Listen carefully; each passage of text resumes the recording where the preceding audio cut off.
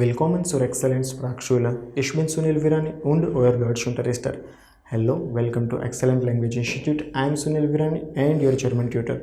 See, in earlier video we have talked about alphabets and numbers. In alphabet we have talked about identity of the object and pronunciation of the object. And in numbers we have practiced all the rules for pronunciation. Now, after learning alphabets and number, we want to make sentences. See, even if we want to make minimal sentence, we need three components of the sentence: subject, verb and object. Let's start with subject. See, subject in German language is Subjekt. Subjekt. S U will become zu, right? After S, vowel is coming. Pronunciation of S is z.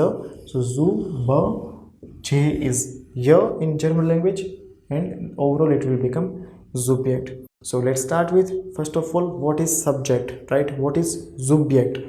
See, subjects are personal pronoun, or we can say in English, subjects are personal pronouns. Personal pronouns. Why we can call it? Let's understand it with one example. See, Rahul plays cricket, right? Rahul plays cricket. So instead of Rahul, we can also say he plays cricket. So Rahul is noun, right? So we can replace noun by pronoun. We can say Rahul as he. So we can say he plays cricket. So all the subjects are pronouns, right? All the subjects are replacing nouns, right? So we can say, and these pronouns are showing personal, like these pronouns are used for representing persons, right? So that's why subjects we can say personal pronomen, personal pronouns. Now let's talk about how we can divide all the subjects. We can divide all the subjects in two parts: singular and plural. Singular, plural, first person, second person and third person. We can say erste Person, zweite Person and dritte Person. Now first person singular in English is I. Now let's learn in German. I in German is ich. See, ich, okay. I is E, and pronunciation of CH is sh here, because before CH there is I. So overall pronunciation is ich. Now first person plural is wir, like in English is we, in German it will be wir, right? Wir, right? It will be wir. Then second person singular. See, in second person, like if two person are talking, then if I am talking about myself, I will say like I speak English, I speak German, right? So at that time I am talking about me, right? So I am talking about me, I am the first person. If I am talking with you, then you are the second person, right? And if I will say you are learning German, so at that time you is like you are second person, right?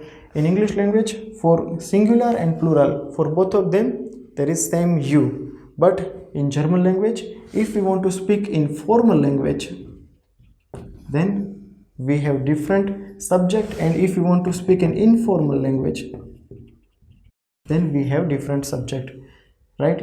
See, formal language, when we will use formal language, if you are talking with your boss, your like any person who is elder to you, then you have to use formal language. And informal language, if we are talking with our friends, then we will use informal language. See, let's compare the U structure with Hindi language. See, in Hindi language there are three U. If we want to show some respect, right, at that time we are using like आप, right? Like आप खाना खा रहे हो, आपने खाना खाया, मतलब आपने पानी पिया, right? आप कॉल पे बात कर रहे हो, तो जो भी है, मतलब if you want to show some respect, then we will use आप, right? And if we are talking with our friend, then in Hindi we have tu and tum. We can say tu, and here we can say tum, right? Aap we will use for showing respect, right? Same way in German language we have Z. Here as well Z. So we can say these two Z. We can consider both of these Z as same always. Verb with both of these Z will be always same. So we can consider this is one Z, but we have wrote two times in singular and plural. Now if we want to talk with our friends and we want to say you, then we are going to use do. Do, like tu in Hindi. In German it will be do. If we are talking with more than one friend, then we will say ihr. Ihr. Ihr. Okay. Ihr. Then like in Hindi language we are also saying that tum sab, right?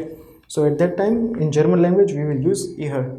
For third person, now in English we have he, she and it.